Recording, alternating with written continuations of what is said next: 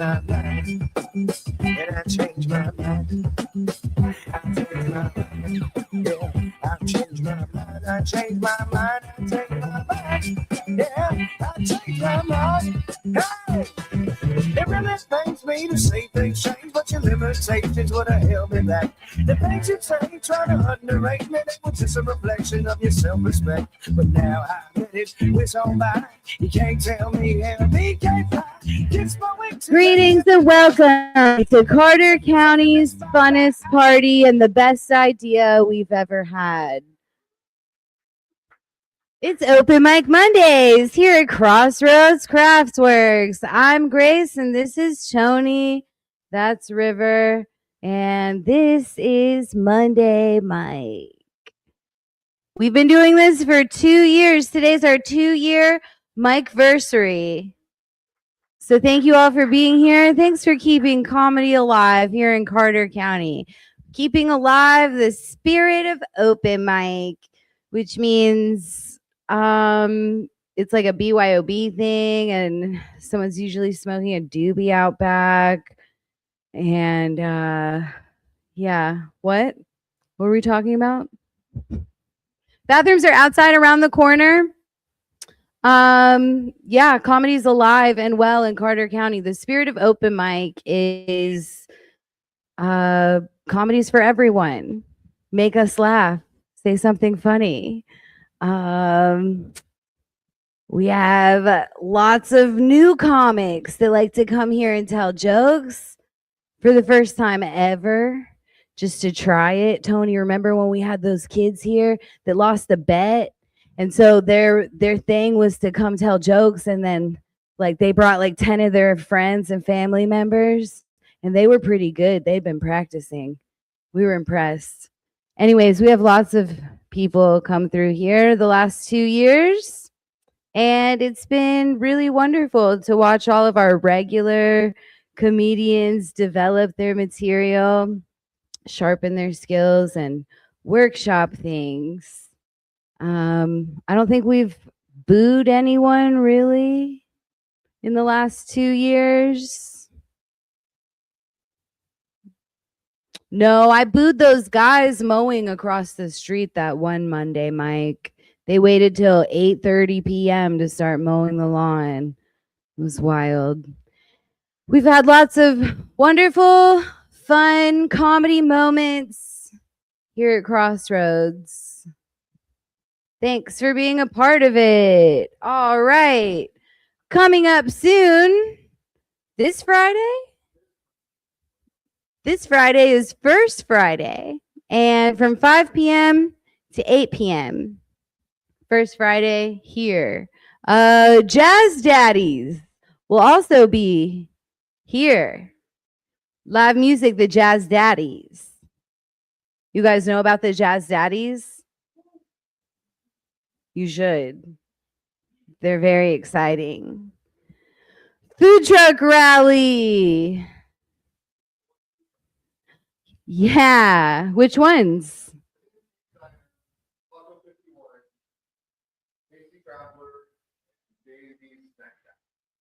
Awesome. Awesome. Also, Art Bar. We're going to be doing Art Bar here. That's also very fun. You come, you get your little ticket, you pick your little craft. Super great. This is a comedy show, and you guys are ready to laugh. Tony, you know any jokes?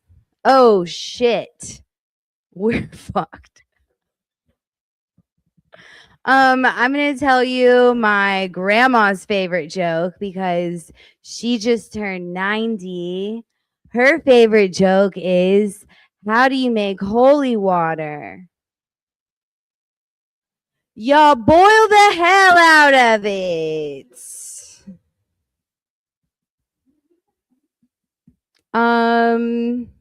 Anyways, all right, coming to the stage, it's your first comic for the night. It's Patrick.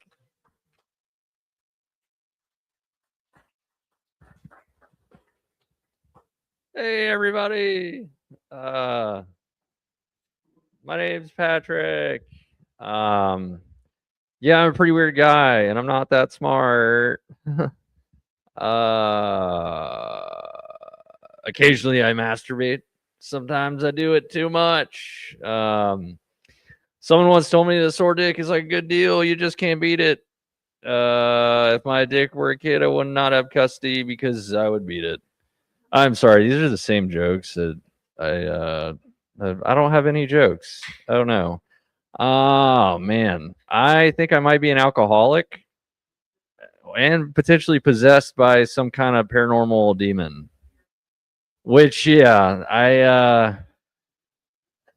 didn't like, which is a bad excuse for stuff, which I don't really think I am until I started working for this landscaping company called the Grassbusters. And one of my bosses believes in paranormal things, which I didn't believe in. And he kind of gave me the idea that I might be possessed by a demon, which I didn't think I was possessed by a demon until then, which isn't his fault. But then again, I don't know. Maybe I just need to get beat up and then that'll cleanse my spirit, which I don't want to happen. I think I'm going to look into finding a priest maybe and talk to a priest or Grace. Yeah, maybe Grace. I got to stop smoking weed though. I think that's a problem, and alcohol. I try not to drink anymore, but then I get bored and I start drinking, and it's not even enjoyable, which is sad. It's not even a joke. Anyways, I jerk off so much that my dick looks like a POW, a prisoner of war, the war of my sexual insecurity, sexual desires, my sexual desires and physical insecurities. More like I need seriously though, my dick looks like it went to Guantanamo Bay. More like I need to Guantan my dick no more and do something else. If my dick were some eggs, they'd be scrambled. I'm working on cooking my eggs over easy, if you know what I mean. Like a couple of poached eggs for a nice Benedict. I've got the hollandaise. Just kidding. I had my testicles and prostate removed a couple weeks ago. So now I'm slowly going to become like this. I chemically castrated myself. I went to a doctor, and I don't know what's going to happen to me in the next couple weeks. I'm a little concerned. It's kind of like I feel like I'm uh, an ocean expert that's finding the Titanic. I didn't really do that. That's disturbing. I'm sorry. I'm putting together a band because I can play a mean flute, the skin flute. No other dudes in the band though. Believe it or not, I'm not gay. Those two knots do not cancel out. This ain't algebra. I need to put my dick up for adoption because I need a life. My dick isn't. My dick looks like it could be an extra for the Thriller music video. Oh gosh.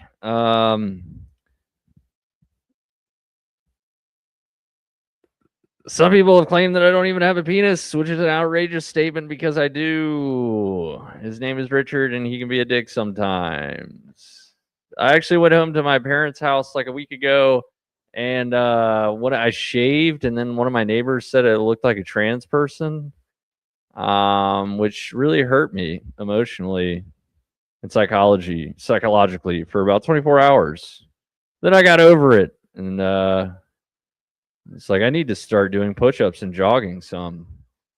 I really hope the police are not about to kick in the door and arrest me for being a terrible comedian. Nope. Something else. Something completely different. I'm sure it has nothing to do with me saying all these weird things and somebody being like, that's egregious. We gotta fucking chain up this queer boy and drag him on the road. The same guy that told me that a sore dick is kind of like a good deal also told an entire restaurant that I was a queer boy and I lived just up the road. I'm moving now because a bunch of Hispanic people don't like me at all. I can tell I'm getting older because I have to think about going up and down the stairs when I walk up and down the stairs. I used to be able to do that so much more easily, and now it's way more difficult.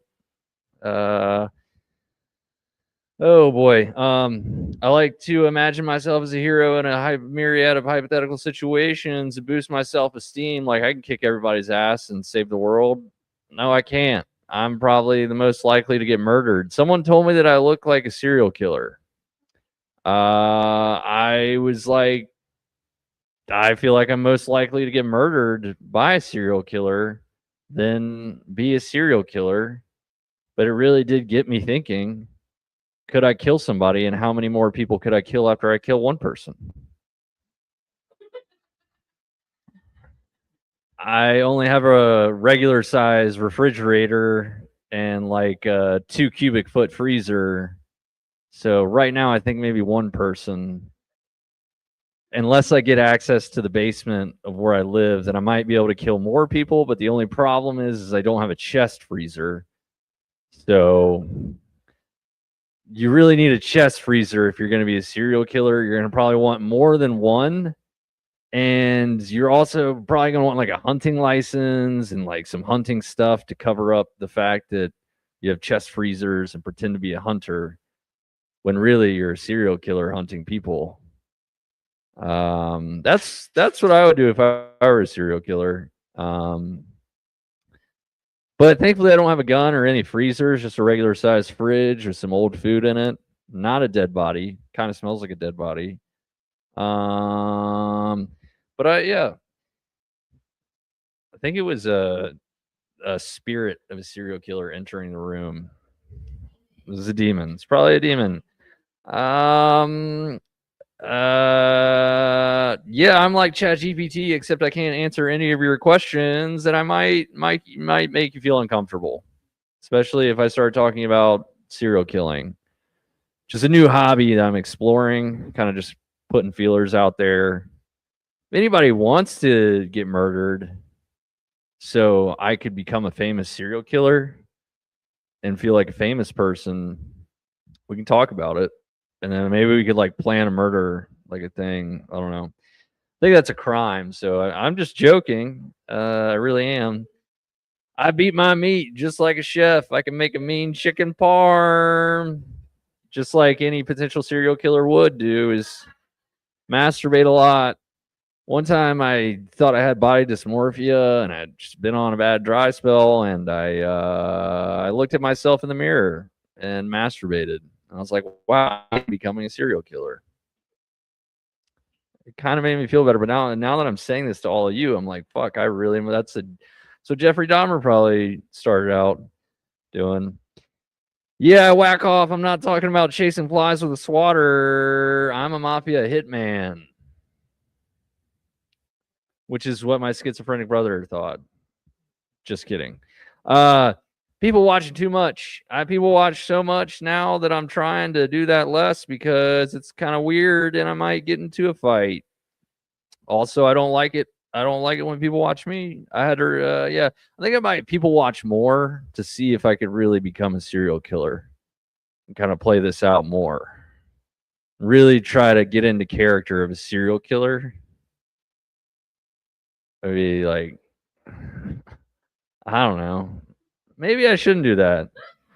People already think I'm probably a serial killer or just a closeted gay guy. Those two things kind of go hand in hand. Maybe not. No, they don't. I don't know. Maybe it's just like the character. I don't think anybody is giving off that vibe. I don't think I'm a closeted gay person. I just joke about it. My brother thinks I'm gay, but I think it's just because I smile too much and my hair. When I was in 8th grade, a friend of mine stuck his dick in my ear. It was kind of like a wet willy, but it was just his dick. That's definitely a thing that would probably happen to a potential serial killer. Man, the economy is rough right now. So I applied to be a sperm donor. I did that a while ago. I actually heard back recently, and I'm a little scared. And at first I was like, wow, why did I don't think I could do that. But I gave them more of my information, and now I think I actually might have to get blood work done. And then they're $2,400 a month to be a sperm donor. I don't think I can do it. Yeah. Well, yeah, I'm sorry, y'all. That's about all I have for you. I have no thoughts of harming other people, so please don't worry. I just think about it a little bit, like, could I do it? It's like a confidence thing. I think if I maybe killed somebody, might make me a little more confident and cooler. Like, you know, kind of like going to the gym, you know, to get a little chest pump going, and you're a little calmer. Maybe if I murder somebody, I think I would fall apart. I think if I killed somebody, I would end up admitting it, going to the police myself and telling them I killed somebody. Thankfully, I haven't done that. Okay, cool. Yeah, if you have people that you might want killed, and we could work out I could think about it. I'm just kidding. I'm not going to think about it. Anyways, I'm not going to murder anybody. I don't want to fight anyone. Please don't attack me. If you want to talk about like what it would be like killing somebody, maybe we could do that sometime. Just kidding. I'm just kidding. I'm not going to do that to your husband. I'm sorry. Or your brother. I think it's your husband. Didn't mean to insult you. That's a shitty thing to do as a comedian. Y'all don't look related. You just look like a wonderful couple. Okay. All right. Thank y'all so much. Here's Grace, the wonderful host. Hey guys, it's Patrick. All right. Thanks for sharing your murder boner with us. Yes, we loved it. That's what I call it. I do. Sometimes I think about killing people, but lately I've been thinking about I heard in Thailand like a lot of people go there to like buy little boys to have sex with, but also in Thailand I heard that there was tigers, and so I've been thinking about going and just like tricking pedophiles into the mouths of tigers. I think I can do it, you guys. If anyone can do it, it's me. So I'm still working on that bit. Now I can't do it because I've told all of you about it. So annoying. A friend of mine wants to move to a country in the Caribbean. It's me. I've been thinking about faking my death and moving to an undisclosed location in the Caribbean, like John McAfee. Just kidding. All right, guys. Some of you laughed at that last joke because it was kind of funny. And then some of you, I can tell, are afraid to laugh because you let your boyfriend do butt stuff to you before you got here.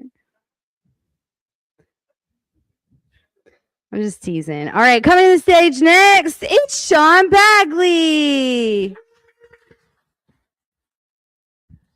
Wow, you guys are really, really bad at crime. Like, there is zero chance you're getting away with that.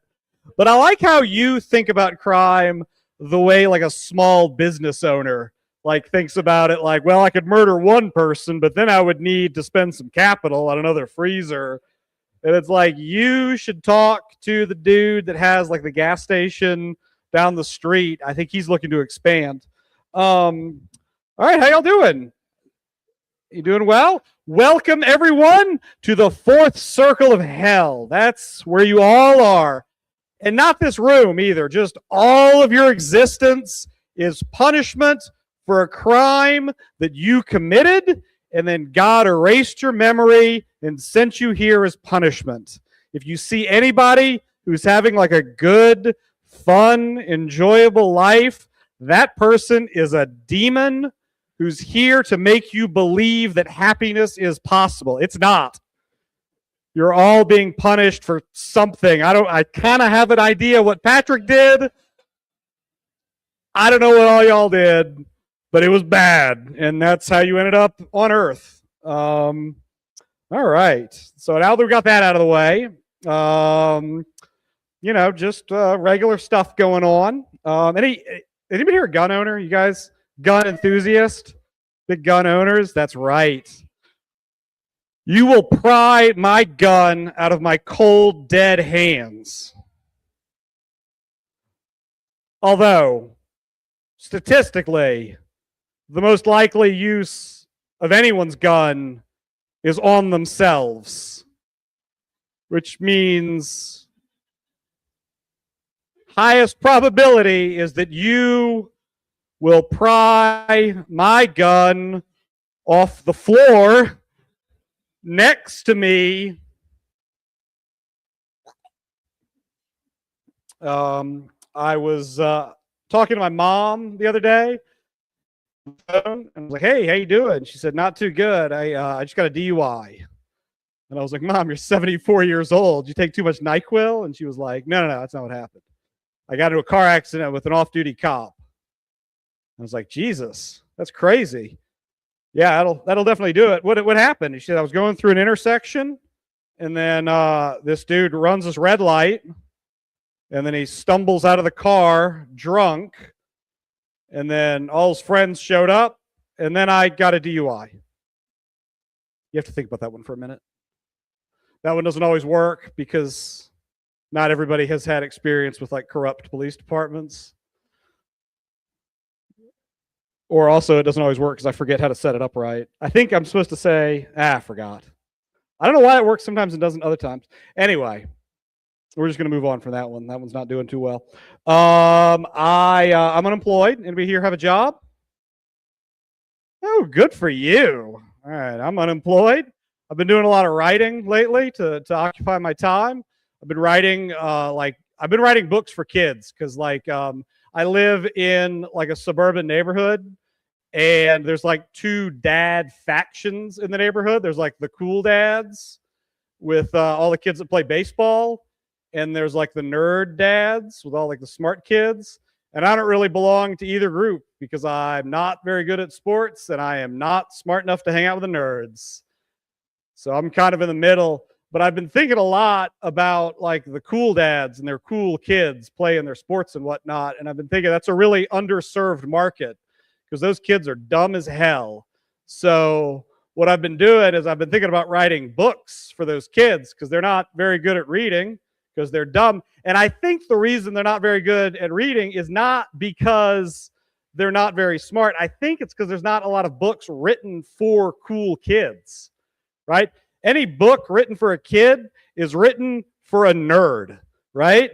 Think about it. Every young adult novel is the same plot. It's some nerd fights evil by being a giant nerd. It's like, oh, how did you defeat the warlock? Oh, well, I looked up this book of spells and I figured out the right incantation. I was like, you lost me at book, you nerd. So I'm thinking about writing books for like the really popular, attractive athlete kids, which again is not me, but as an outsider, I think I've got a unique perspective. And I think that was how we close the reading gap and get the athletes to learn how to read. And I was thinking like I've got a lot of ideas because like, oh, you defeated the warlock with a spell? Did you try hitting him with a stick? That works great. I learned that in baseball. There's a lot of transferable skills. Or like a lot of times you read books and it's about like developing your confidence. Like, oh, I'm so shy and I'm so lonely. I don't have any friends because I don't have any confidence. How about you have some confidence because you're beautiful and everyone loves you? See, it's relatable to some people, but not others. And I think I'm going after the market. It's not relatable to me, but I'm going after that market. Okay, I gotta do a couple more. I can't believe how poorly I told cops. That's a good joke, but not tonight. We'll come back to that later. I'm not just a writer. I am also an inventor, which some people believe. Some people don't believe that. Some people don't believe me because of their knowledge of science. Other people do not believe me because I look like I'm still wearing my Hawk Tuah t-shirt to my kid's piano recital. But I am an inventor. I know lots of things about science. I invented a time machine, really. And I've been using it to have all kinds of wacky adventures throughout history. The first thing I did was I thought about killing Hitler. And then I found out that you shouldn't kill Hitler because it's not because it'll like mess up the space-time continuum, but because it's embarrassing And that's what everybody thinks they're going to do with their time machine. And if you do that, all the other time travelers will make fun of you, which I learned the hard way on Reddit. I went to the time travel forums and I was like, I'm going to kill Hitler. And I got a lot of downvotes. People were making fun of me. I had to erase it. I had to get a new username. That was a 5-year-old account. I was like, fuck this. I'm done. Too many downvotes. So don't kill Hitler. That's embarrassing. It's very gauche. But I had a better idea. What I did is I went back in time and I found adult Hitler and I brought him into the present and I took him to a modern Nazi rally. And I was like, look at these fucking losers. By the way, the Nazi rally was not as hard to find as it should have been. I don't know, those things have really been making a comeback. But I took it, I was like, look at these fucking losers. I was like, behold the master race. You didn't expect to see so many ankle monitors, did you, Führer? You know, like I didn't read Mein Kampf, but I did not expect the Ubermensch to only be able to see his kids 1 weekend a month with a supervisor from social services present. So then I put him back in his own time, and then he killed himself. So that worked out great. Bye, Hitler. You know, I think that's how it's supposed to end up, or not. Who knows? That's how it ended up, for all you know. So I've been using my time machine to make some extra money because piano lessons are expensive. And so what I've been doing is I've been taking like really old men to like 1940s Alabama. And they love it there. They get to use the N-word freely. It's like Disney World for dudes that think that we lost the Civil War. And so I've been taking them back, and I'm making good money. But I realized like plutonium is actually very expensive. So to save money, what I decided to do instead is I've been taking them to 2026 Alabama, and they love it there because they get to use the N-word freely. I don't know if you've ever been to Alabama. Alabama makes Tennessee look like Sweden. It's like the most backward fucking state you've ever been in. Is anybody here from Alabama? Good. It sucks. I went on a job interview in Alabama, and I had to take Jefferson Davis Highway to get to the site.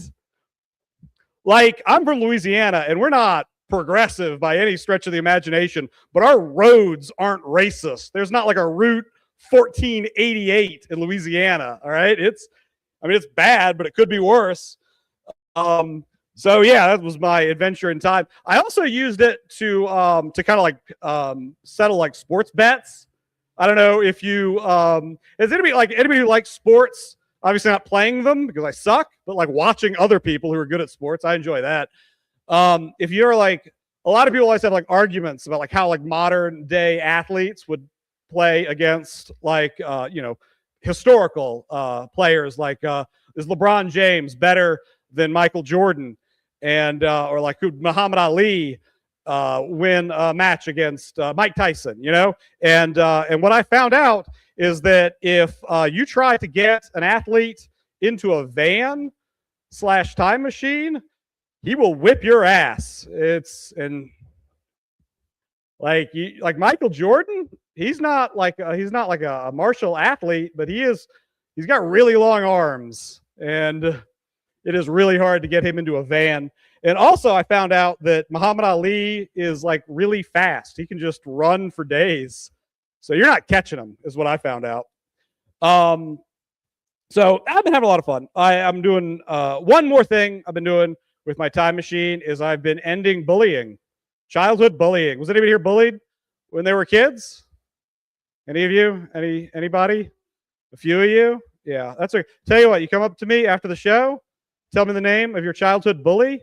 I will murder them as an infant. Problem solved.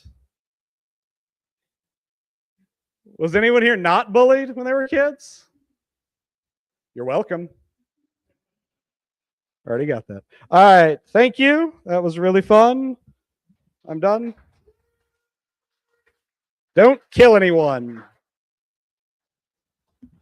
Thank you, Sean. I would kill someone if I had to, but I don't want to ever get blood on my shoes. So, but I was telling Noxie Cotton on the way here, if your kung fu is good enough, then you don't ever have to kill anyone because you're never in a position where you're like have to fucking kill someone. You know what I mean? I don't know. I just say things, you guys. Me and my self-righteousness. I know all of you are wondering, but I don't have a boyfriend. I like to pretend that I do, though, and by that I mean I just stand in my room and I scream at the walls. Who the? You're Instagram likes are fucking public. It feels the same. What? I don't know. Anyways, it feels the same, but it doesn't burn when I pee. So I like it better. Anyways, I discovered recently, you guys, that toxic masculinity is kind of cute when I do it. You ever say the wrong thing and put your foot in your mouth? Not me. No, I say the right thing and I put my foot in other motherfuckers' mouths. I teach a class. I'll teach you how to do this. It's only $200. For an extra $50, we'll go to the casino and I'll teach you how to win at blackjack. It's not a joke, you guys. But there I was with my foot in someone's mouth. And I started saying things that I'd only ever heard before. Things like, "You're doing great. Just relax your jaw. Breathe through your nose. Stop crying." That's when I decided, hey, toxic masculinity is kind of fucking adorable when I do it. Anyways, coming to the stage next, you guys, it's Susie Eliza.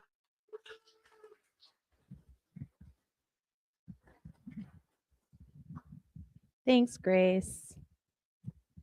I'll have you teach me how to put my foot in people's mouths later.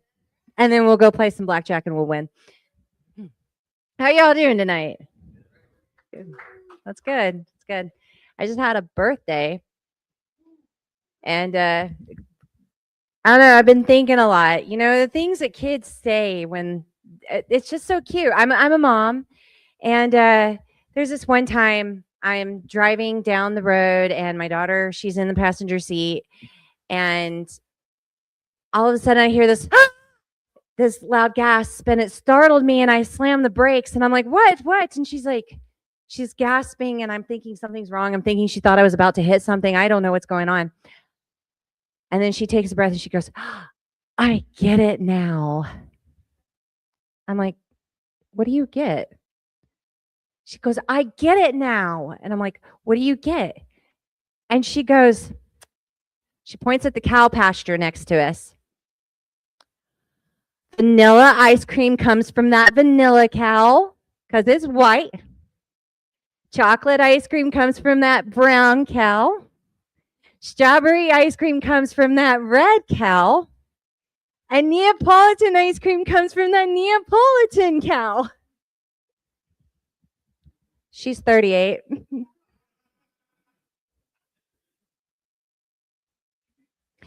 When she was little, she had this obsession with Disney, especially Ariel. Every time she got a pet, she wanted to name it Ariel, and every Ariel died. So when I was pregnant with my son, she wanted to pick his name. And of course, she wanted to name him Ariel. I said, "How about we choose something else because all your Ariels died?" So I'm a grandma now. She still has a Disney obsession. My granddaughter just turned 3 the other day. And do you know what she named her? It wasn't Ariel. Her new obsession is like other countries and Disney. So her name is Bluey. My granddaughter is Bluey. Yeah, she's adorable. And we were playing in the living room today, and she's got this giant number 3 balloon from her birthday party, and she's walking around with it, and it's got helium. And I pointed at the ceiling fan, and I told her, hold your balloon. I have to turn the fan off. And she looks straight up. As soon as I pointed, she looks exactly where I'm pointing. And that was the moment I realized my granddaughter is not ADD. Well, nowadays it seems like everybody is either ADD or somewhere on the spectrum. So she's going to have a really hard life because people are going to expect more from her. She's going to have to fake it. She's going to have to fake it to get along with her peers. Yeah, and to be able to get a break at work. Yeah. So, yeah, kids, they're great. When I was a kid, well, you know, when I was raising my kids, I was so poor. But now my granddaughter, she lives with me, and I'm trying to figure out how I afforded kids to begin with, because having a grandbaby is actually more expensive. And you would think that it would be because of the rising cost of the economy and because of COVID and all of that. No, I think it's because she came with 2 other mouths to feed. They're called mommy and daddy. When I was a kid, we were so poor. Our swimming hole was a ditch. Bonus if it just rained and it was full of crawdads, so we could fish them out and sell them on the roadside for bait. Yeah, that was great. Good times, good times. You know, I was adopted, and my birth dad, when I finally met him, he gave me a convertible. It was a Mustang, a 1986 Mustang. And its wiring was as messed up as his. I mean, you try to turn on the radio and there go the wipers. You try to turn on the wipers and there goes the headlights. So I had to rewire that car myself. And the top on it would not go up and down on its own. You had to jump out of the car if it was raining and help you lift it up. So, you know, you're on the side of the highway trying to flag people down so that they can help you put the hood, the convertible top down. And when my daughter was little, we were living in Alabama. No, I am not from Alabama. We were living in Alabama temporarily. And the nearest Walmart to us was like 2.5, 3 hours away. And she wanted a pool. She always dreamed of, like, even when she was little, she wanted to be rich. And she said, rich people have swimming pools. So I drove this broke down convertible 2.5, 3 hours away to Walmart to go buy her a kiddie pool. I loaded up the car with some men who could help me carry this pool home. And they're like, now how are we getting this pool? I said, oh, we're all going to hold it over our heads while we drive down the road. So here I am. I'm driving a stick shift convertible, holding the swimming pool above my head. Everybody else has got a hold of it too. And it starts raining. And the guys are like, I think we need to flip this over. And I said, no, because we do not have running water. Keep a hold of it. It'll be full by the time we get there. So we're driving down the highway, and the highway patrol officer pulls us over, and he says to me, ma'am, are you high? And I said, no, sir. And he said, well, then what the hell are you doing? I said, well, we're having a carpool. He said, what the hell are you having a carpool for? And I said, well, you see that? We are in the carpool lane.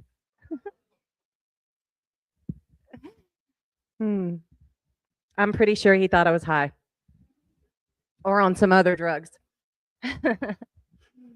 But funny thing is I did get out of a ticket because he looked at my driver's license and he seen that I had a military dog tag on. So then he asked me if I was in the military, and I said, no, sir. Well, my daddy was in the military. But I told him, I said, no, sir. And he said, well, why do you have a military dog tag? And he said, you wouldn't tell me, would you? You can't tell me, can you? He decided I must be in some sort of secret department of the military and to just send me on my way because he was afraid he was going to get in trouble with somebody. So I think he was short a few more sticks than I was. But no, it was good times. I think some of the best times I ever had was actually being poor, because once you finally are at that point that you're not considered poor anymore, now everybody expects you to pay for everything, but they also expect more responsibility out of you. And I don't know, it just doesn't seem to be as fun. But have any of y'all ever been so poor that you run out of lunch meat, so now you're just eating a cheese and mustard sandwich? And then, with tomato, I should add. And then you run out of the tomato, so then it's just cheese and mustard sandwich. And then you run out of the cheese, so now you're just eating mustard on bread. That was us. So once in a while, I still just eat mustard on bread just to remember those childhood days. It's a delicacy. Kind of like mac and cheese, although we couldn't afford mac and cheese. We ate at the church potlucks. Every church potluck we could possibly go to, we ate there. That was how we got fed. But we were extremely popular because, see, the thing is I was born on a weed farm in Oklahoma, so we brought the pot brownies. But yeah, I guess that's about it for tonight. Thank you all for listening. Let's give it up for your host, Grace. Yay! Hey guys, I'm Grace. Contino. It's Italian. Contino, beautiful Italian name for tiny pussy.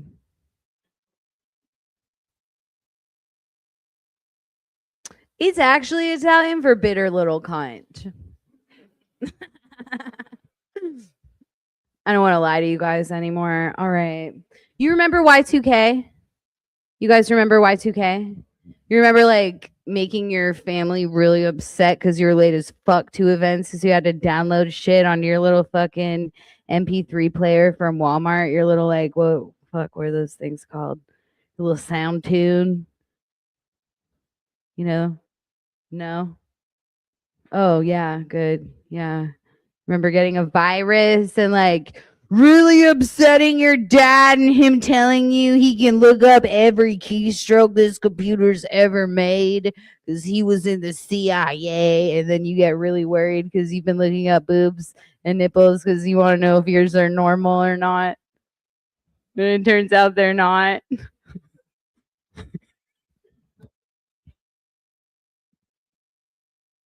And now your dad knows that your nipples are normal. And you wonder if you're an alien because he just told you worked for the CIA. No? You guys just went to like youth group on Wednesday nights? Cool. I remember Y2K. My mom was pissed as fuck when everything was fine. She was so goddamn mad, you guys. We sold our home in Miami, our beautiful home. We bought a house in Tennessee. We got a Doberman. We got guns. My mom had like a food stash supply in the basement. We had a generator. She had like materials to homeschool the children. We had like a whole room of ammo, like all this shit. She's like, Y2K's coming. And I was like, that sounds really scary. I'm only 7. And so Y2K happened. It was happening like New Year's Eve. I remember that fucking New Year's Eve. I was chilling with my family in the living room, eating popcorn, and we were watching a Fresh Prince of Bel-Air marathon on TV Land. And Y2K happened, and I remember I got into trouble because it was January, and I opened the front door really wide, and I was listening outside for screams and bombs and gunshots, and the end of the world. I was listening really hard and I didn't hear nothing but like firecrackers because we were on Gap Creek Road over there. So it wasn't the end of the world the next day. No one's bank accounts were fucked up unless you got too drunk and like lost a couple hands of poker with the boys or got a little too generous. You can't be too generous when you're tipping the girls at Fuzzy Holes, but maybe that's how you could fuck up your bank account. But Y2K had nothing to do with it that year. Anyways, my mom woke up on January 1st. Things are tense in the kitchen. Dad's making eggs and pancakes. My mom is squeezing oranges into the juicer and she is just angry squeezing. And I sit down, my little 7-year-old self, and pour myself a cup of coffee and light up a cigarette because I've always been a fucking writer.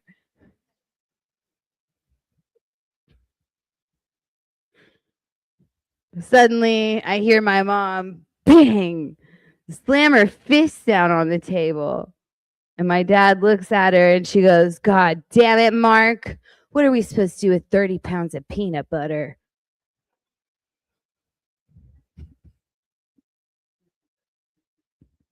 My dad said, peanut butter? You made me buy a machine gun. Anyways, Y2K was a buzz. My mom was so sad about that. She's always been like a survival prepper. She's just waiting for it. She's like, I'm ready anytime anything happens. Tensions. Oh, she keeps her water in Blue Sky vodka water bottles that she collected over most of my life. So... yikes. She only drinks wine now. All right. I only eat hot dogs sometimes. Y2K. All right, cool. Coming to the stage next, you guys, it's Chris Hester. Keep it going for Grace. I didn't get the memo for tonight. I don't have any bits about murder, so you're gonna have to. So I'm online a lot now, and I recently learned that honey is antibacterial. So people were saying instead of using the ointments and things like that we've used for years that work on cuts, you should use honey. It'll keep it from getting infected. And I think that works for most people, but it doesn't work for me. I can't go around slathering honey on myself. I'm trying to beat the Winnie the Pooh allegations before they start. No, but a lot of people talk about like their internal dialogue is like a battle between two wolves. But for me, it's two bears. And they're both saying to lick that honey. So speaking of Winnie the Pooh, I don't know if you guys have ever been to Disney World, but if you have, sometimes they refer to their plus size accommodations as Pooh-sized, which is a terrible name for that. One, it doesn't sound good, and then two, Winnie the Pooh is a character whose entire shtick is that he gets stuck in things. Not the confidence that you want going onto a roller coaster. The only worst Disney character they could have picked is if they were like, don't worry, it's Wreck-It Ralph size. Like, so anybody here a fan of the X-Men? Yeah, nice. Me too. It was an important part of my childhood. And growing up, I feel like a lot of people my age, their favorite character was like Wolverine or Gambit because they're like super cool and good at fighting. My favorite character was Beast because he's really smart and has body dysmorphia. And And I knew it was coming in the future. But Beast is also one of 2 X-Men that wear glasses. But anytime Beast is fighting, he's not wearing glasses. Which means when they're on the jet on the way to a fight, Beast is putting in contacts. Beast has claws. So this is very awkward. He's putting in contacts like a desperate housewife. And I imagine him on the plane just being like, Cyclops, I need you to be a little more steady. Okay.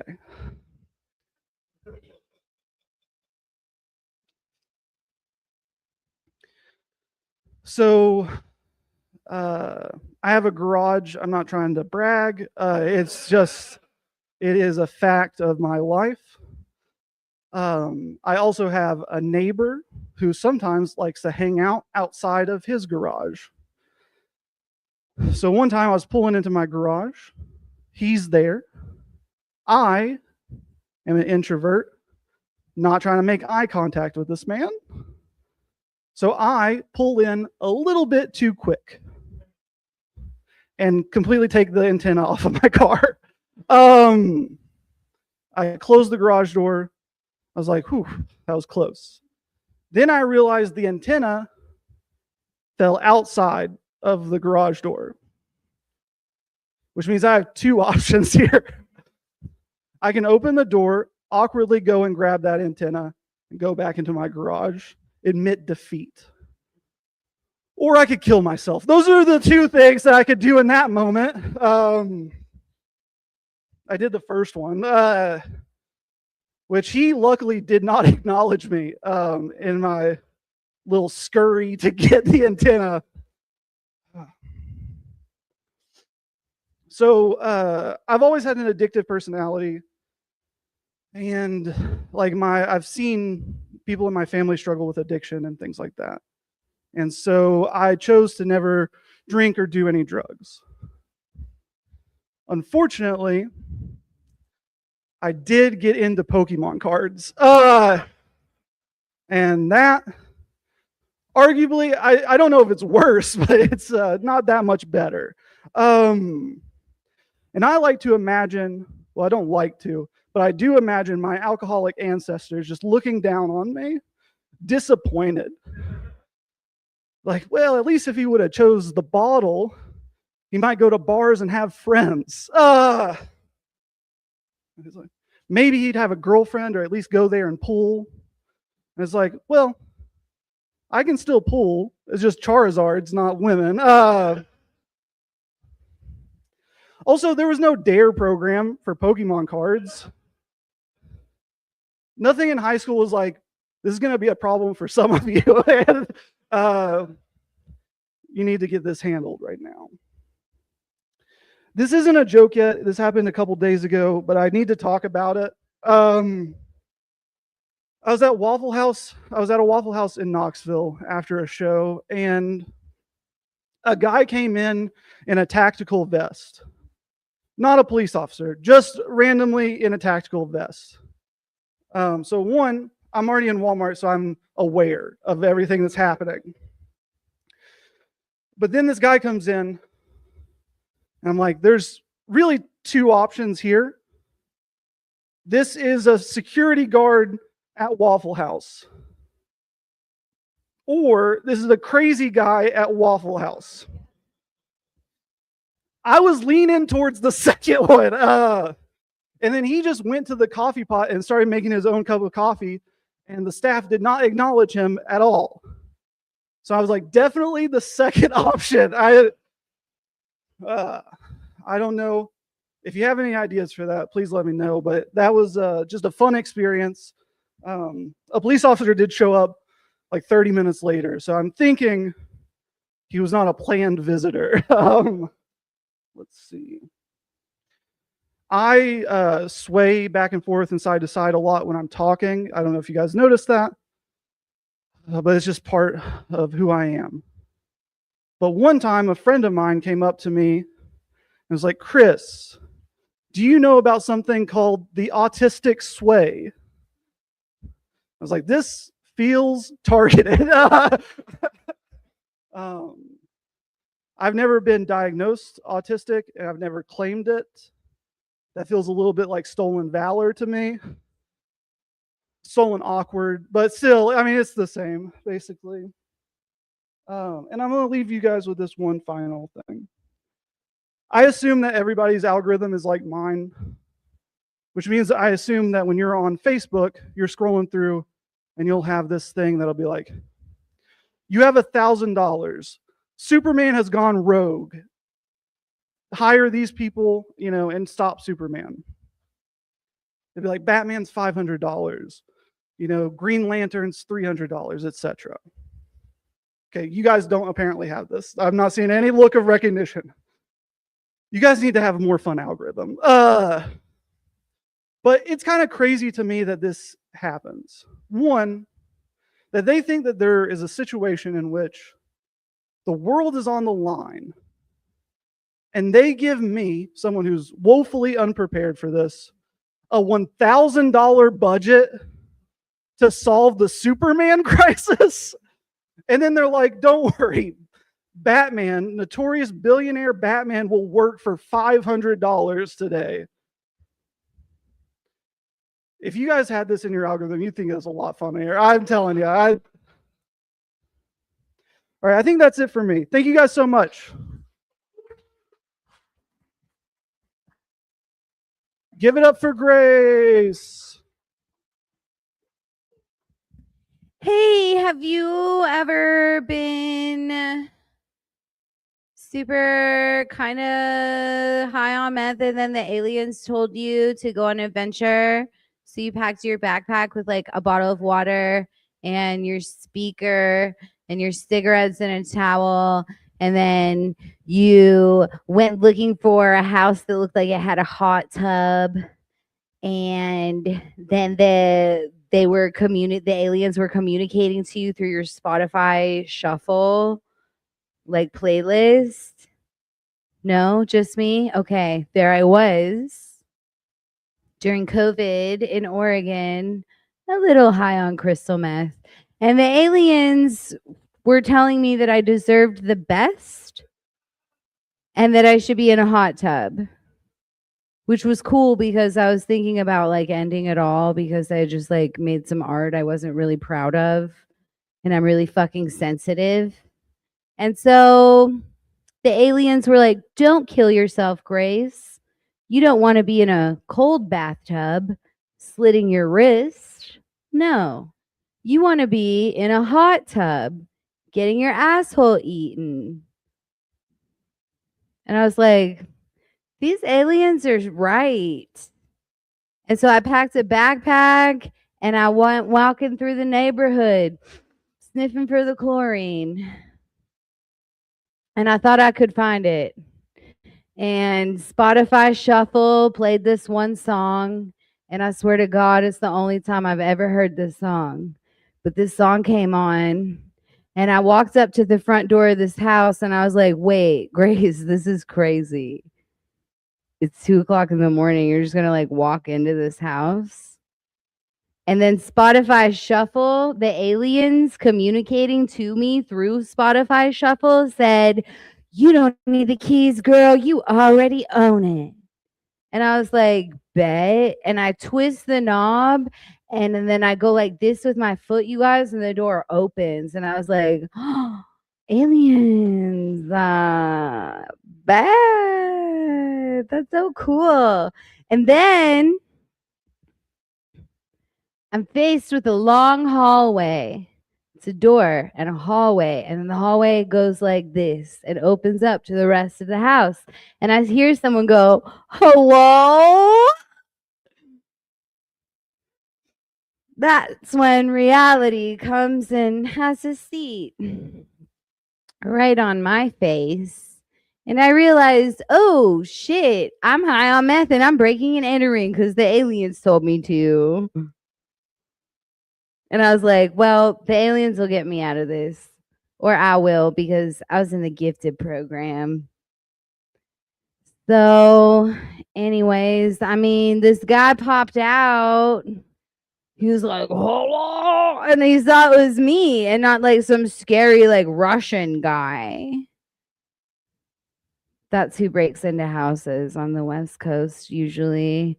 Not to be racist, but it like Russians do a lot of home invasions. It's like the Russian mafia. And so when he was surprised, it was just little old me. And he went, hang on a second. And I was like, I'm about to go to jail. And then I was like, no, I'm not. I'm a Grace bitter Contino.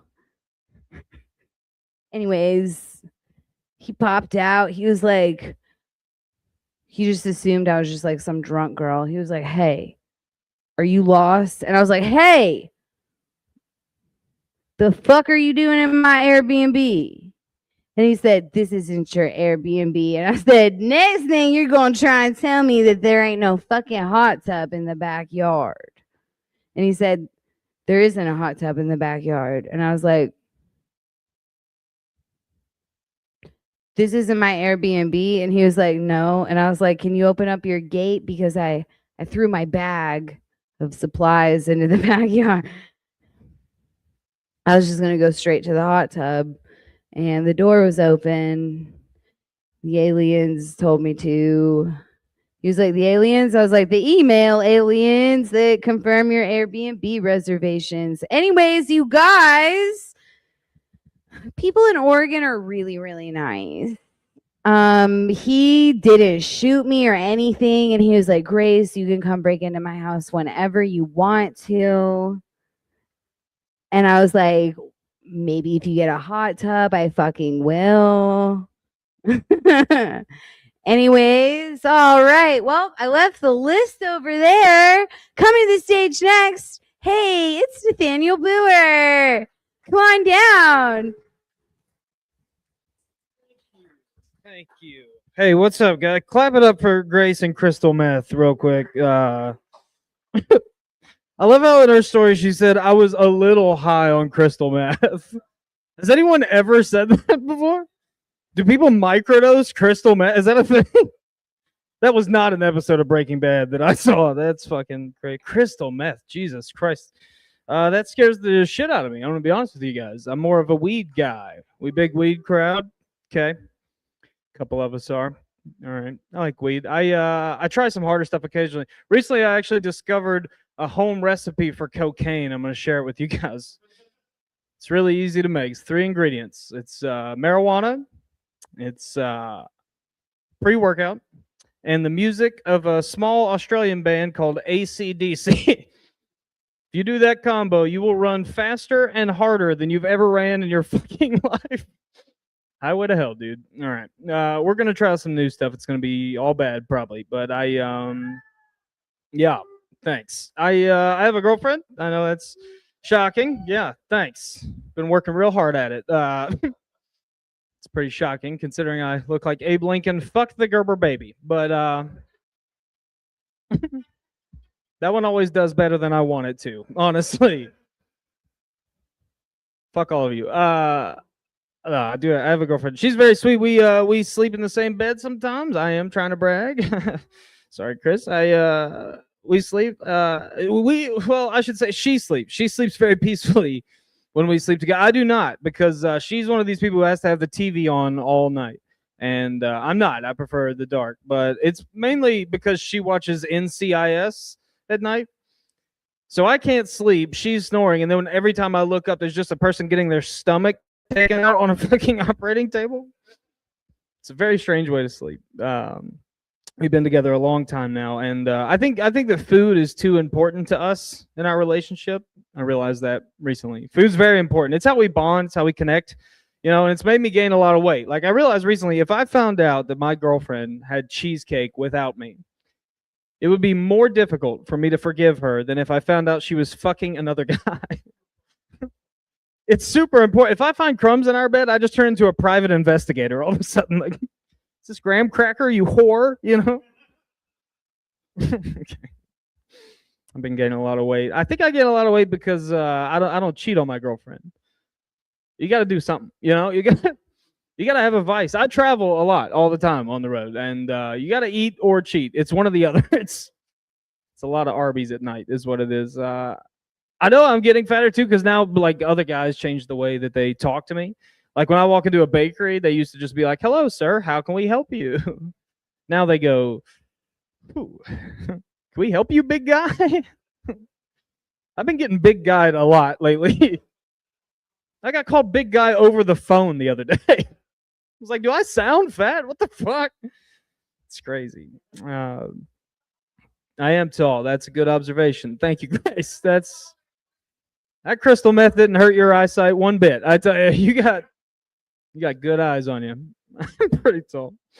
The other day I was buying a birthday card for a friend of mine. I was at the store and buying a birthday card. And when I checked out, the lady goes, "Do you want your receipt?" And I said, "No, I don't need a receipt for a birthday card." And she goes, "Okay, well, happy birthday." Why the fuck would I buy my own birthday card? I was like, you think I just counted out $1.87 and change to buy my own birthday card? This is so sad. I'm kind of rich, not gonna lie to you guys. I got a car.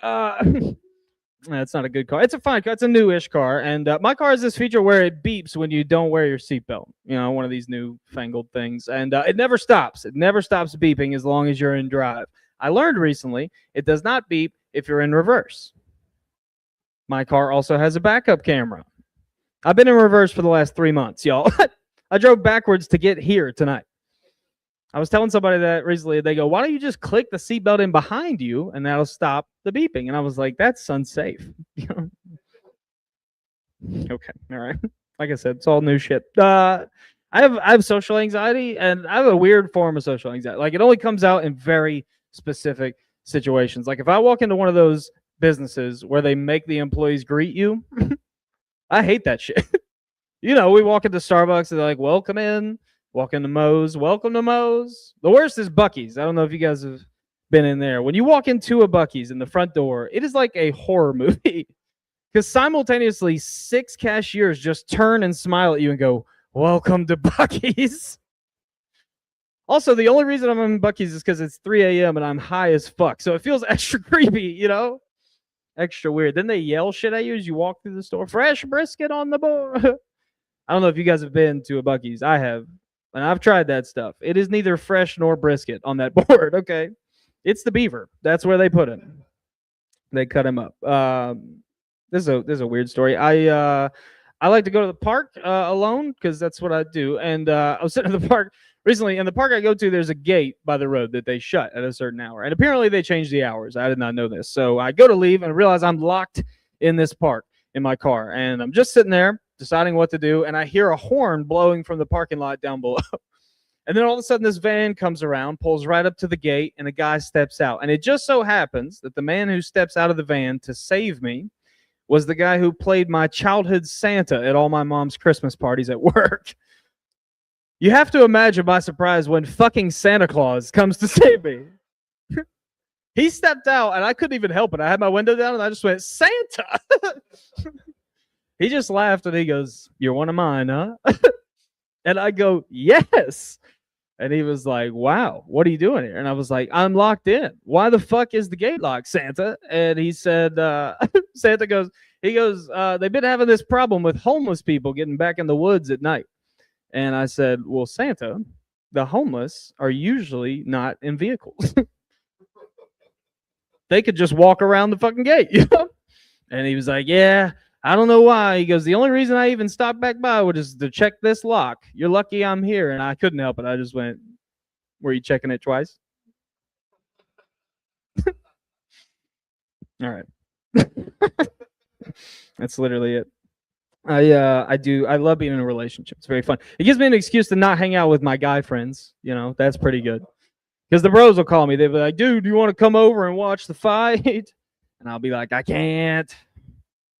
She's making me watch Vampire Diaries for the 4th time." You know, she's not here tonight, so I'm going to share this with you guys.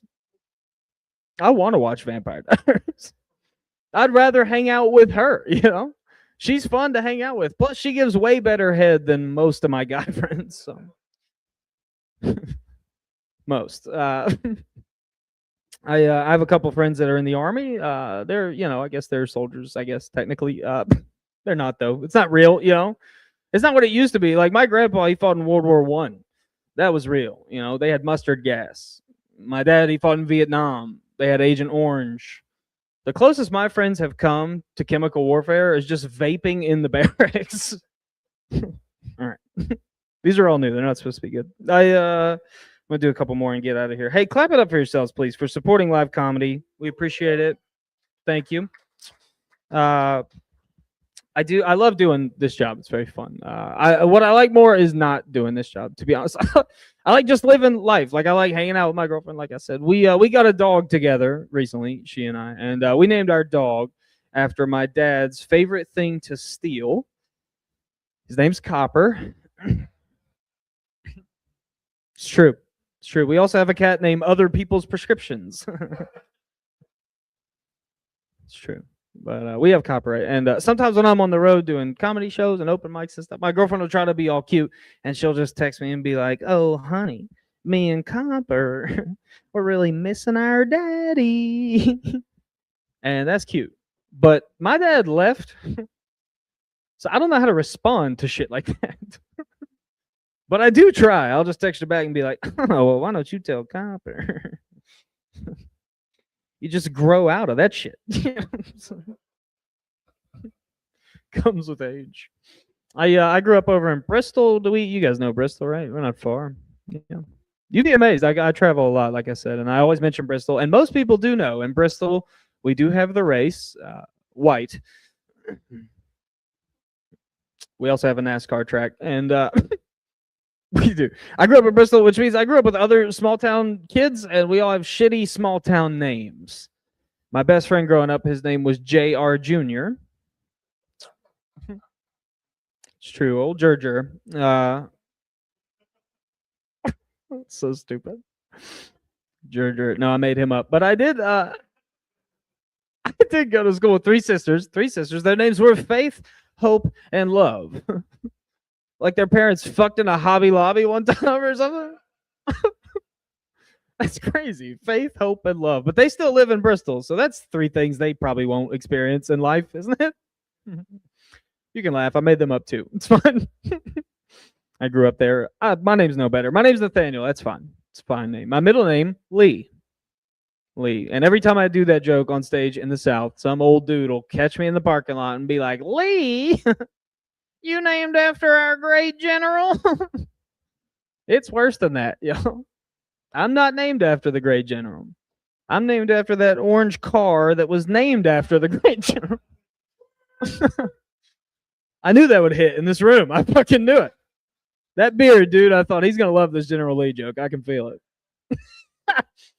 All right, I'll do one more just for you. I grew up with my grandparents in Bristol. I lived there, and that made me fucking weird, Like, I would go to school, and all the little bros would be like, "Man, let's go home and play Call of Duty."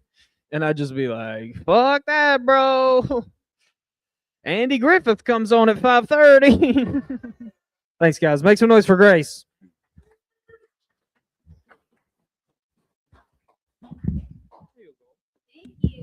Hey, when's the next Don't Tell?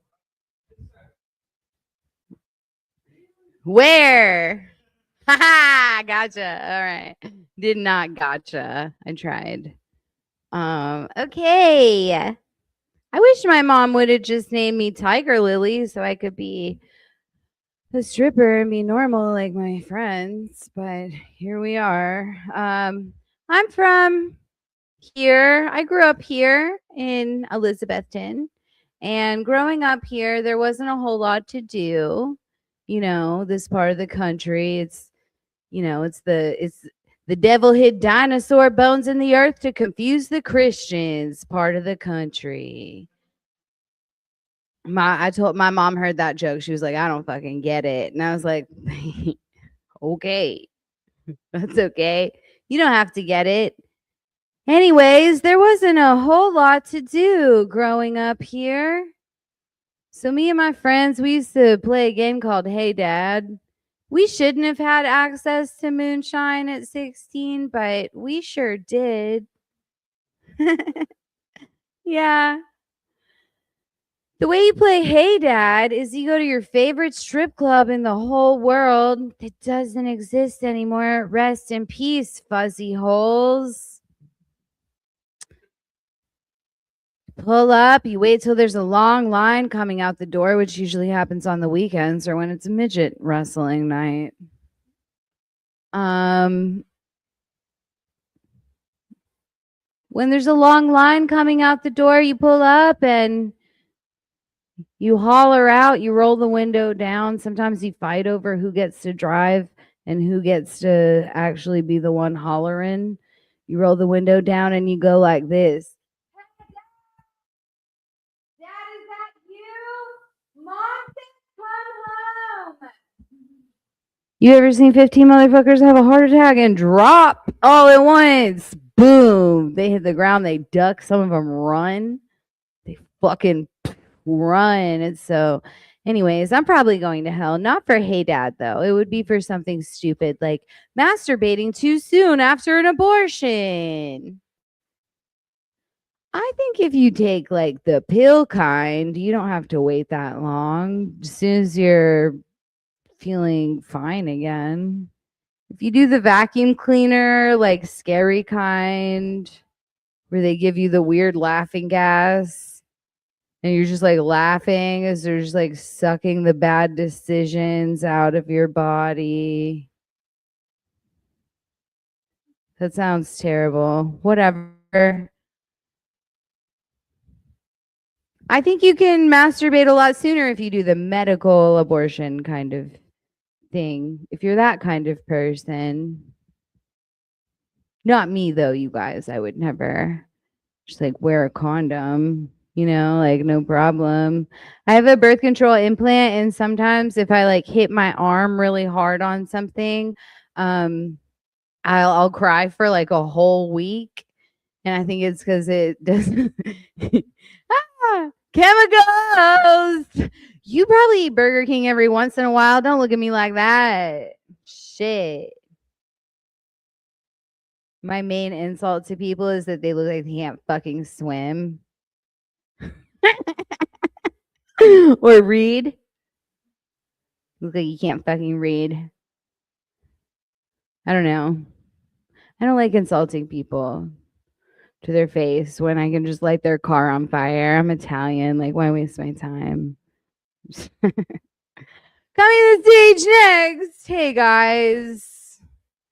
It's Knox Area Shaw. It's Noxy Cotton, as I like to call him. Everybody, give a good round of applause for Grace, hosting us every week.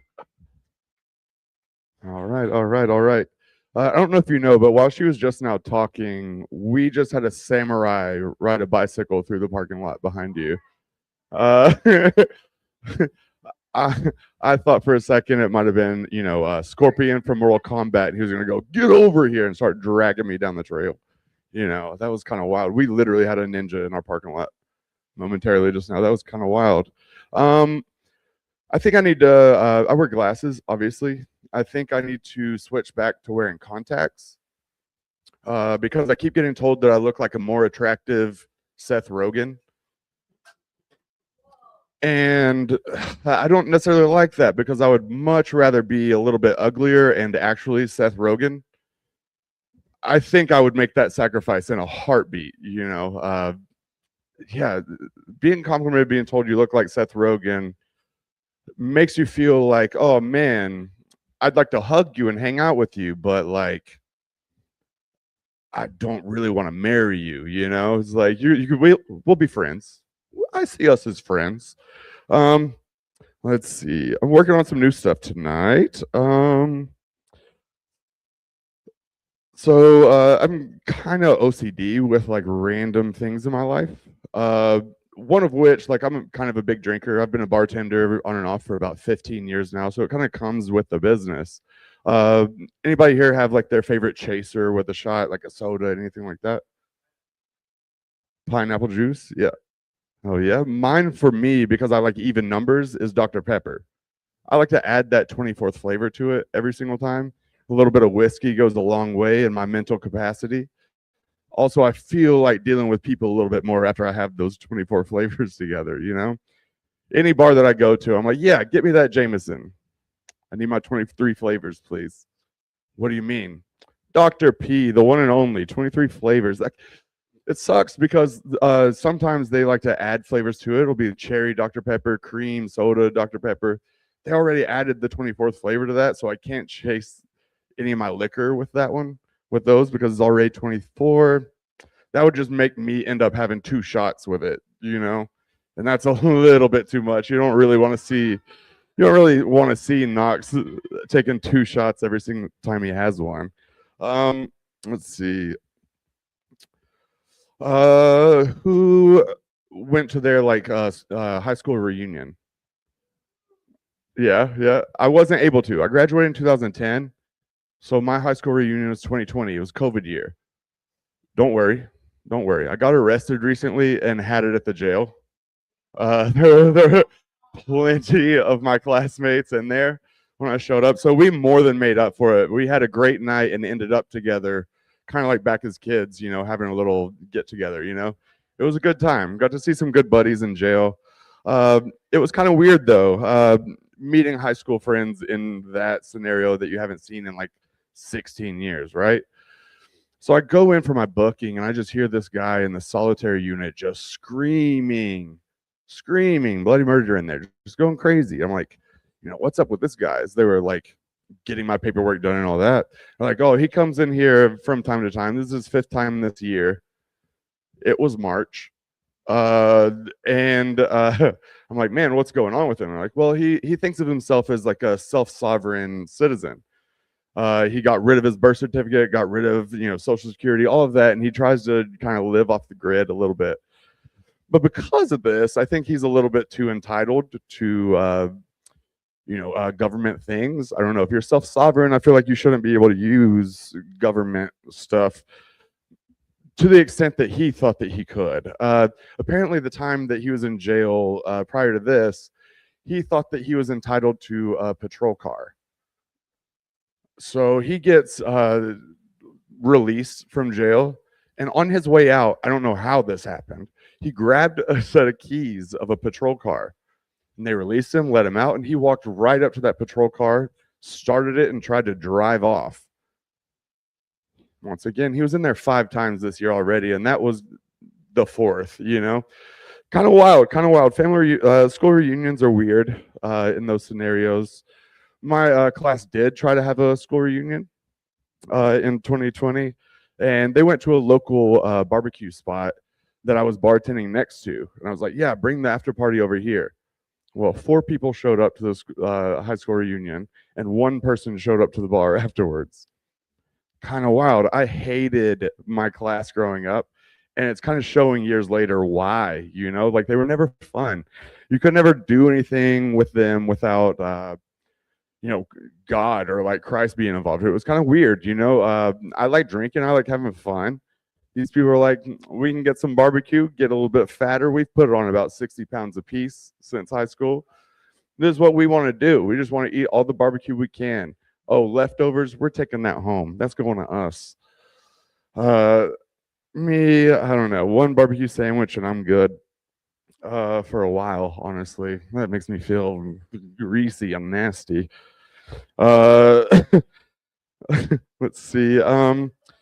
So it was kind of funny being raised here in East Tennessee with a gay older brother, and my dad's side of the family was Muslim. So those are 2 things that in the 90s, early 2000s were big time taboo, right? But because I've always been such an ally to my older brother, ally to the LGBTQ plus community, my older brother always tells me that he wants me to say the word faggot once on stage. So I just did it, and that's going to be it. That's the only time I'm going to say it. You're not going to get any more than that. That was just me quoting him. I don't do all that. I heard him be called that derogatorily way too many times, but that was my one time. You all got it. Be lucky. Yeah, so does anybody in here like have you named your genitals? Like your dick. Does anybody have? What's the name of your dick? Your little buddy. It. Oh, ironic. I like it. I like that. I like that. Anybody else? Anybody else have a name? Anything like that? Giant friend. Also ironic. Love that. I love that. Mine. I back in the day, I was a baseball player growing up. You know, so I named mine Fernando Valenzuela. Because he was always a little bit darker skinned than me, you know. And Fernando Valenzuela was the first ever Mexican to get inducted into the MLB Hall of Fame. He was a big, tall, thick, fat guy with darker skin. Didn't throw it hard or fast, but always hit his spots. So I thought it was a great name for like manifesting my future sex career, because I named him prior to ever doing that. I think it's done well. I think it's done well. As of right now, I would say I would be well on my way to the Hall of Fame. You know, no Magic Johnson numbers or Kareem Abdul-Jabbar numbers, but for a small city kid, I think I'm doing just fine. Which kind of leads me into the next part. I lived up in New York City for a little bit, and believe it or not, my first job up there, as I said, I was a bartender, was bartending.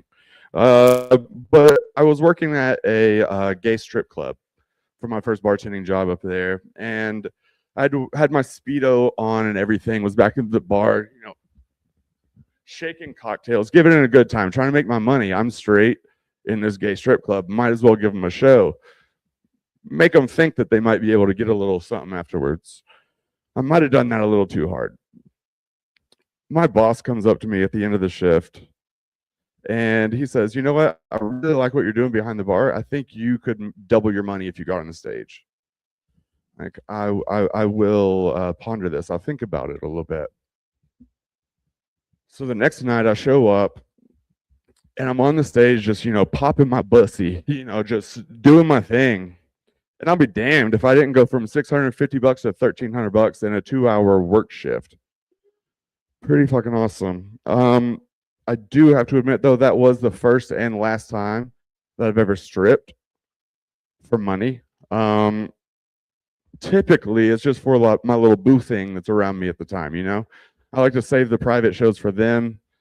Sometimes they tip me as well, or touch my tip, you know, something, you know, there's some kind of tip action happening there when that happens. Let's see. Speaking of like gay things, if you're not gay and you're in this room, I want you to just imagine that you were for just a second, all right? Can you put yourself in that mindset of being gay? Can you think about it? Think if you're like a child and like all your friends are starting to have sex for the first time, right?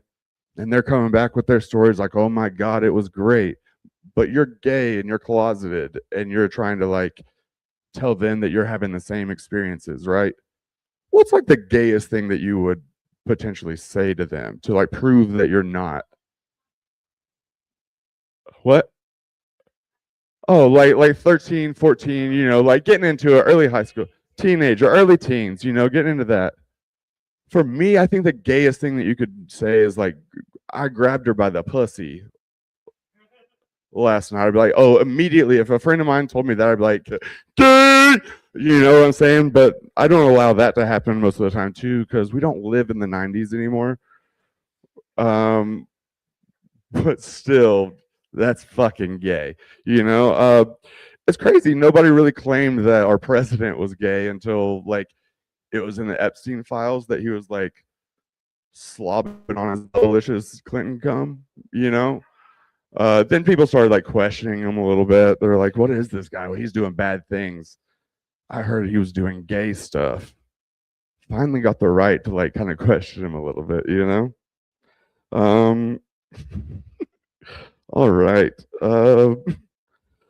So a friend of mine, I used to work at a pizzeria, and a friend of mine, he was like 15 years old or so at the time when the place opened up, and he was a little hustler. He would go to his high school and he would make like bulk orders of like pocket pussies. on Amazon, and then like take them to his high school and sell them for like 5 times how much they cost him. Little hustler. These little pocket pussies that he had were in his little plastic egg. So I always imagined like on Easter, like going to a church or something and like setting one of those in there. But I mean, they were really good pocket pussies. They were.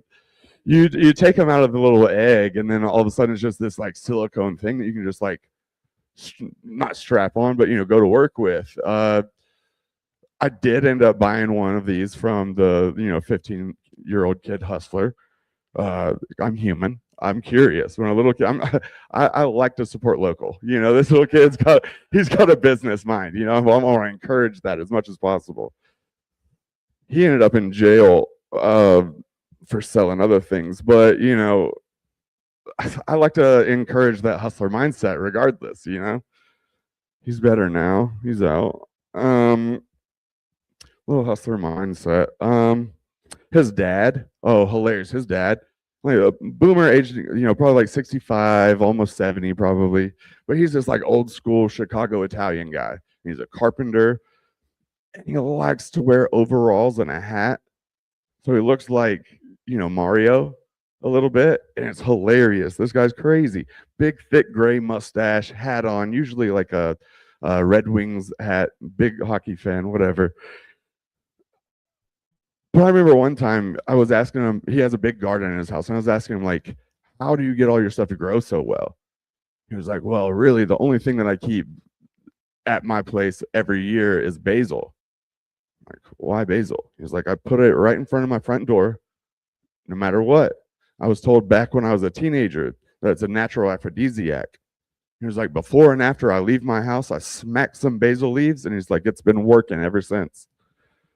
Kind of interesting. You like put plants on your property that'll help you get plus, like that's kind of fun. Like smack some basil, go on with your night, I wonder if there are plants that are more natural aphrodisiacs for like gay people and straight people. Like what would be like the gay natural aphrodisiac plant, like it smacks like did you say poppy? I think like maybe some lavender, some eucalyptus or something, like something that's more sweet. I don't know why, but like I feel like I'm not gay, but I would try it, like just hold some eucalyptus in my pocket and just see if I get more compliments and free drinks. Like that'd be sick. I wish I had that power to like be able to get free drinks at a bar. Like I've been a bartender for, like I said, 15 years, and it's always like women coming up to the bar getting these dumbass old men with money to pay for their drinks left and right. And I'm like, man, where's my dumbass old woman that wants to pay for my drink? What do I have to do? I know they're dumb around here, but I guess their husbands are just keeping them home. I don't know. I don't know where they are. They're not out in the interminglings like the men around here are, I guess. Let's see. I was thinking of ideas for like different candle scents when I was in a head shop recently, and something I've never seen is a bleached candle. There's like you could be a fucking slob and just light that bleach candle, and like everybody would come into your house thinking it's brand new, so clean. Smells like you've been mopping or something. You've been scrubbing the surfaces. Yeah, absolutely. Welcome to my house. It's a pigsty, but it smells of bleach, so something was cleaned. So my granny, my family's from here in Tennessee, East Tennessee. My granny, she's from Cott County. If the name of the county isn't enough for you to laugh, I don't know. Cott County is kind of crazy, but she grew up way back in the day. A lot more people didn't have the rights that they have, and I remember I was at my grandmother's house, and we were helping her paint her living room, and I have my best friend with me who just happens to be black, and we're there doing some work for my grandmother, painting her living room and everything. And we take a little lemonade tea break because my grandmother gave it to us on the porch, whatever.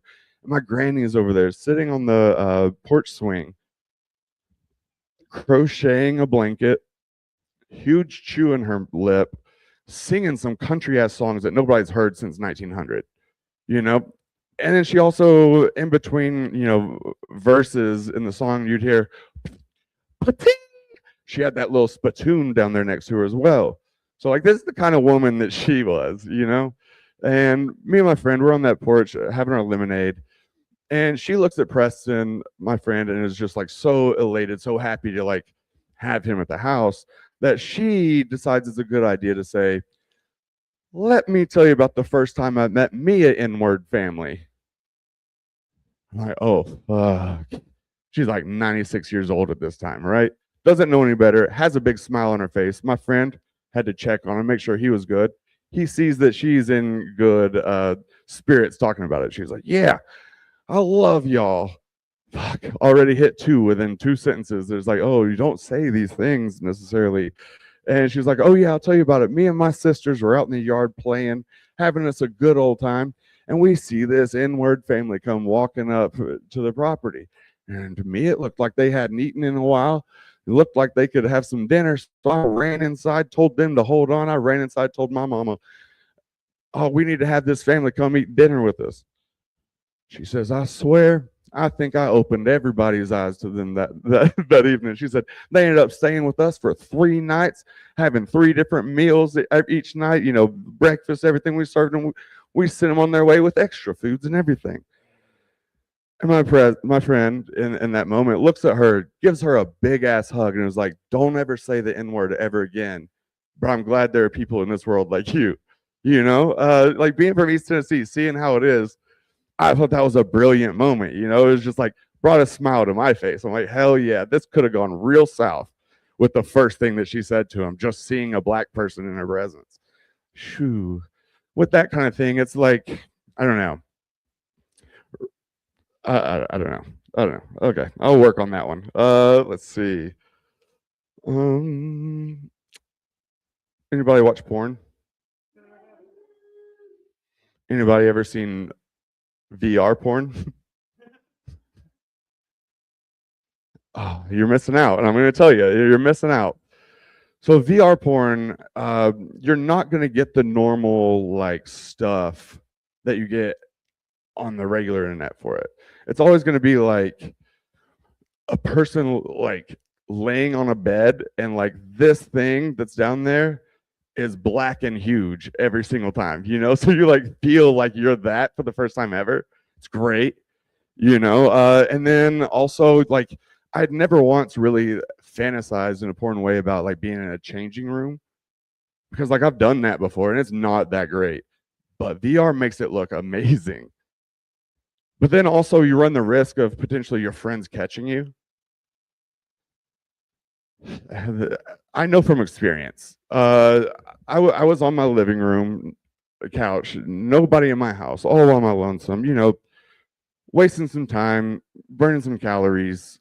And luckily, I was about 5 minutes post nut. And a friend of mine walks in my front door unannounced. I'm laying there with my shorts by my ankles, watching Jurassic Park on my living room TV. I'm like, dude, I'm obviously rushing to like get my shorts up, whatever. He's like, "Hey, man, I'm just gonna leave." I was like, "Yeah, you should at least like holler at me before you come in here, so I know what my time frame's like. I could have busted that a long time ago and put my shorts up easily, Just gotta let a motherfucker know. I was trying to watch Jurassic Park afterwards, see some more beasts on a screen. Let's see. I want to do work on a couple more little things. Let's see. Anybody have any fetishes? A lot of these are gonna like dick oriented or like sex oriented, the new ones. No fetishes whatsoever. You waved. What's yours? You like guys that like foot. So does that mean you like to watch guys watch foot stuff? Or do you like to be the foot that they're watching?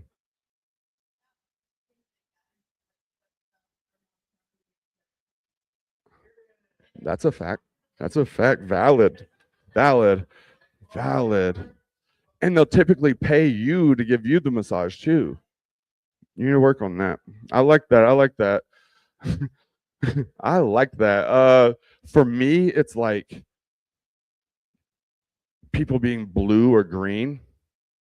Like I'm attracted to the Zoe Saldana and everything that she's in. Like in human form, in avatar form, in alien form, whatever color she is, I fucking love this girl. And I didn't realize that it might be a fetish until I was working at Coney Island Brewery on the beach up in Brooklyn. And they have a mermaid festival there every June, every year. And there are hundreds of people dressed as mermaids and mermen walking up and down the street. I've been working with this girl for about 4 months at this point. The day she turned blue was the day I took it down. You know, and she didn't really make the connection until a couple months later. She was like, "Knox, what was it about that day?" And then that's what made me think about it. So I'm like, literally nothing was different, but your skin was blue and you were scaly. I am a Cancer sign. I am the head of water signs, so like maybe that has something to do with it. I don't know. I kind of want to. When aliens come down here and like we're actually talking to them, I want them bad. I want them bad. I hope they don't kill me so I can at least experience one of them, you know. But kill me right afterwards. That'll be like my last meal, you know. That'd be cool. What is the best meal that you can think that you can have before this death sentence? Alien pussy. I want to see what that tastes like first. Never tried it before. I didn't know it was real like this. May I? You got to be sweet. Consent is everything, you know. Couldn't go onto a spaceship and just like, no, you got to be kind. Let's see. I like to do some random healthy things sometimes, and sometimes I'll get into a swing of it where I'm like, fuck it, I'm gonna run a marathon. Never run a marathon, but I did a half marathon 2 times. And the first one, you know, trained for almost a year to get ready for it. And leading up to it, I'd never run more than 10 miles. Half marathon's 13.1. I'd never run more than 10. So I had a couple joints rolled in my camelback as I was running, just in case I hit that point of fuck it. Sadly, that fuck it hit at mile 6, and I'm just sitting there. I literally paused on the trail, made sure there was enough space between me and other people in the race, lit up a joint and kept running with it for the next mile or so. And within 30, 45 seconds of me doing that, I hear people behind me going, "Damn, it smells good here." I said, "Well, catch up to me and come get some. I got 3 more." I continually smoked a joint throughout the rest of that race. I was at mile 6. I finished the last half of that race. I was out of joints by the end of it. I don't encourage people to smoke weed, but if you're gonna run, I do. You know, because how the hell else are you gonna continue going that long without like some kind of mental numbing something? You can't drink alcohol. You're gonna be sweating. That's terrible. You feel terrible. But weed, you're like, fuck it. I was supposed to get a runner's high from this anyway. Might as well go with it. Let's see. I was thinking about war paint and people going to war, doing that kind of stuff. Even like paintball, people put war paint on for like paintball and that kind of stuff. I was like, what would be the most? Sometimes I have like the weirdest post-nut clarity. This reason might become apparent in a minute. I had just got done and I looked at this person and I was like, what do you think would be like the best like war paint for laser tag? And I was like, if you didn't wash your face right now, you'd already have it.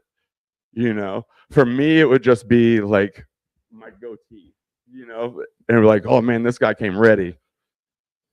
I came before, came afterwards, guaranteed. Yeah, I came for sure. I don't know about ready for laser tag, but coming was involved. But like honestly, like that could be like a cost-effective way to put on laser tag war paint. Like you don't have to go to a store and buy that. Just take a little nut to the face. You know what I'm saying? Might be yours, might be somebody else's. Who knows? But like, It only stings for a second. There are more women in the crowd this time than there typically are when I've said this. So here's a hot take that I'm going to end on because, well, I think Fleetwood Mac was better before Stevie Nicks was in the group. Yeah, I do. I even saw exactly. I have more girls in the crowd. Yeah, Stevie Nicks, when she was added to Fleetwood Mac, they became a pop group. She sucked the soul straight out of them. If I've heard pretty much every member, if I've heard correctly, pretty much every member she sucked the soul out of. And like they were like a bluesy band prior. And I hate that like their great music prior to that was like ruined for like honestly, in my opinion, one of the most overrated albums ever, Rumors, you know? Like they could have changed the name to the Stevie Nicks Band, right? But because they had already started their own thing, they refused to give their name up because this woman was going to be heading it, you know? Like, no, that's a hot take, but like, no, if you go listen to like old school Fleetwood Mac, they're phenomenal, bluesy, great, jammy, amazing. I miss them, you know? I wish they got to prevail a little bit, but they went pop. And now it all music today sounds like Stevie Nicks or trying to sound like Stevie Nicks. I'll give her that credit. But everything sounds like that. They found the formula with Stevie. They're like grungy ass musicians, a woman that looks like a Wicked Witch of the West with like crazy big fingers and like nails. Like I don't know what it was. I'm gonna work on that one, guys. And that's all I have for tonight.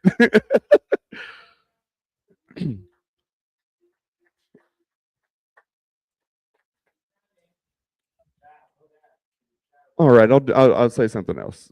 Grace, I'm going to say one more thing, actually. Sorry.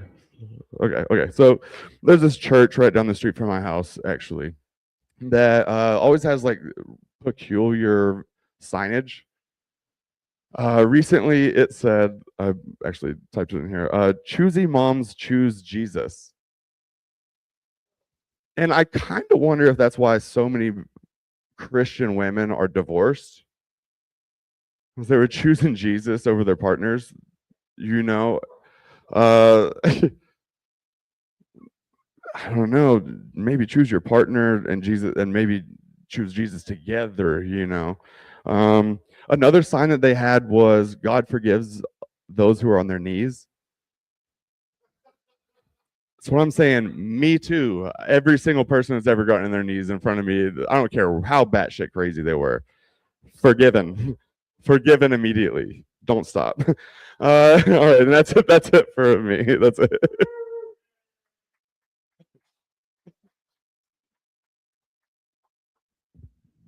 Thanks. Hey guys, it's Noxycotton. Cool. Coming to the stage next, it's our last comic of the night. Give it up for Nick.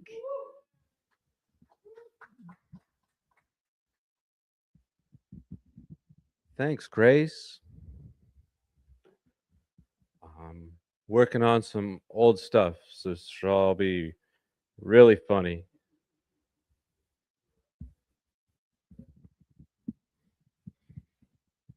How about that? Okay. I'm pretty new to this. I get a little stage fright sometimes. They say the only way to get over your fears is to face them. So I've been trying to get up on stage more. So I've been going to the local strip club. They don't like it at all. I think it's great because one tip they give you if you're nervous speaking in front of a crowd is just to imagine the audience in their underwear. I don't have to use my imagination at all. Oral sex in a moving vehicle is a high-risk activity. I have no idea how many people die from roadhead each year, but I'm pretty sure it's an even number. And that sucks.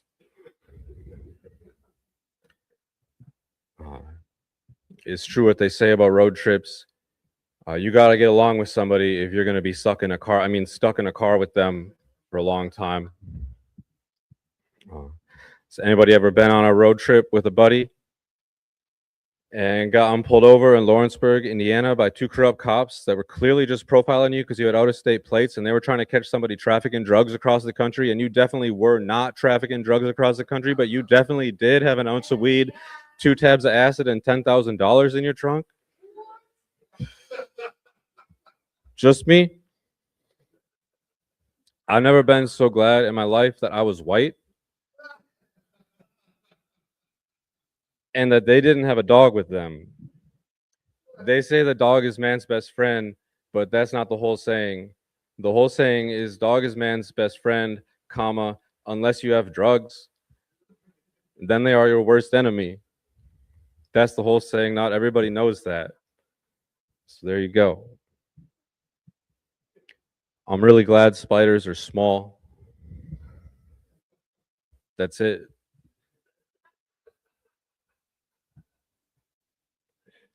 This is more of a public service announcement than a joke, but the casino, Windstar Casino, listed in Terre Haute, Indiana, is not actually a casino. It is an RV park. I had to go through a 29-mile-per-hour zone in Clinton, Indiana at 2 a.m. to find that out. I thought I might be hallucinating. I was so tired, like 29 miles an hour. Then I saw another sign. I'm like, oh shit, this is real. So I slow down to 28 because I'm not getting pulled over for going 30 and a 29 at 3 in the morning in the middle of Indiana again. 4 U-turns later, I have confirmed that the location of the RV park is where the casino should be. And I figure the real gamble would be going in there, checking it out, and looking for it. But I'm getting vibes like if I go in there, I might find myself in a situation like in the basement from that scene in Pulp Fiction, you know? So I think about it because I'm kind of into that. I'm like, oh, fuck it. All right. Turns out not only do they have a poker game, they also have a GIMP. And they said I can go back anytime I want. Well, not anytime. It's Tuesdays and Thursdays from 3 a.m. to 11 a.m. But a job is a job, you know? I do not recommend going and playing strip poker in the Windstar Casino in Terre Haute, Indiana, unless you are into some seriously kinky shit. They will take more from you than just your money. Thank you.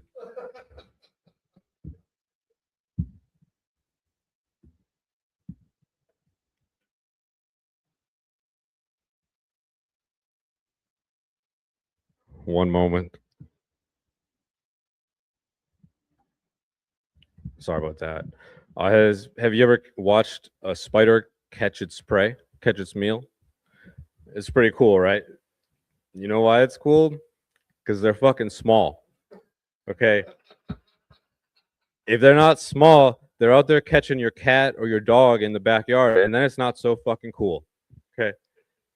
Pound for pound, spiders are the scariest thing on the planet. You have to use a pound for pound ranking like in boxing or UFC, because if you compare like the lightweight to the heavyweight, like you could just be a shitty heavyweight, he's going to win every time. So you got to use a pound for pound ranking. And a spider the size of the bear loses every time. Okay, like it's not even close. The spider is up in the trees. He's got webs. He's got poison. Bear's just a giant meat sack for the spider. Birds, a bird the size of a spider is just a fly. Okay, spiders are going to kill more birds than cats. I forgot.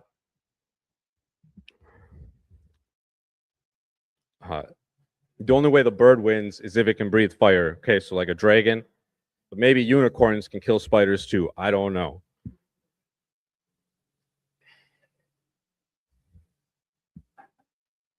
So I weighed myself this morning. I've lost 20 pounds. I had to gain 30 pounds to do it, but I think it still counts. It's cookies. See, it's, you know those Biscoff cookies you get on planes? You can buy them in stores. I had no idea. They're so good. They sell them. They sell them in packs of 20. There's 2 cookies in a pack, and they have regular size and airline size, and the airline size are 25% bigger, but they're both $4. What the hell are we doing, America? Why are you selling me small cookies for the same size as big cookies? Right. I'm working on this Biscoff cookie bit. The problem is I buy cookies for right now. I don't buy cookies for later. So if there's nobody in the parking lot watching me, I'm eating 2 packs of cookies before I get to my car. And I've got another 3 down by the time I get home. And before the night's over, I'm back at the grocery store buying more Biscoff biscuits. But I go back, and I've been there all week, so they're out of the airline size. So all I got is the regular shitty small cookies. I'm like an addict, like a drug addict. I'm just like, whatever, I'll take it, fine. All right. So I gained 30 pounds from Biscoff cookies, and now I don't travel as much. Has anyone ever seen Starship Troopers?